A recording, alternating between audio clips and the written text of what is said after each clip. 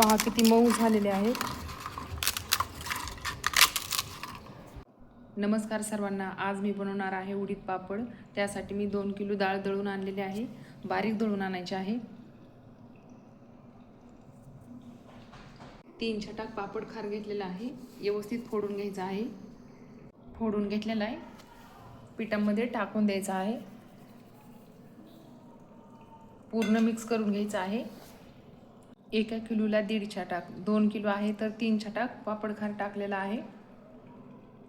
पापड बनवायचे आहेत तर घट्टच पीठ बनवायचं आहे. मळून घेतलेला आहे, घट्ट घेतलेला आहे. 3 तासासाठी कॅरी बॅगमध्येच ठेवून द्यायचं आहे. 3 तास झालेले आहेत. मऊ असं पीठ झालेलं आहे. आता पाटावर वंट्यावर ठेचून घ्यायचं आहे.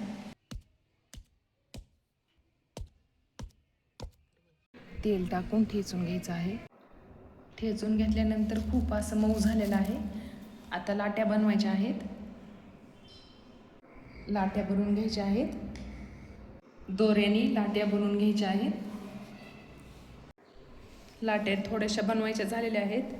तेल थोडंसं लावून कॅरी बॅगमध्ये ठेवून द्यायचे आहेत, कारण ना कॅरी बॅगमध्ये मऊ राहतात.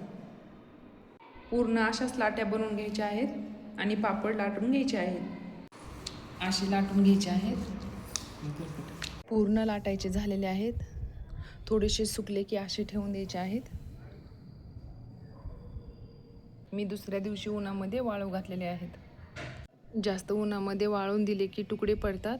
मी फक्त अर्धा तासच ठेवणार आहे. अर्धा तासच सकाळच्या उन्हामध्ये पापड ठेवायचे आहेत. उन्हामध्ये फक्त अर्धा तासच पापड ठेवलेले आहेत. जास्त वेळ ठेवले की पापड मोडतात. पिवळे पण आलेले आहेत. पापड छान झालेले आहेत. तळून घ्यायचे आहेत.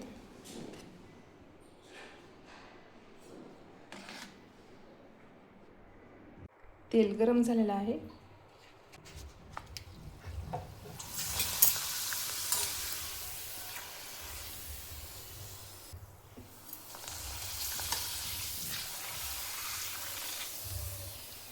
छान असे पापड झालेले आहेत.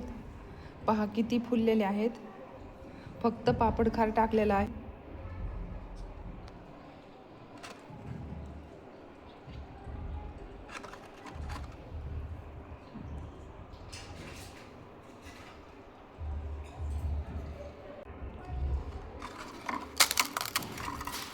पहा किती मऊ झालेले आहेत.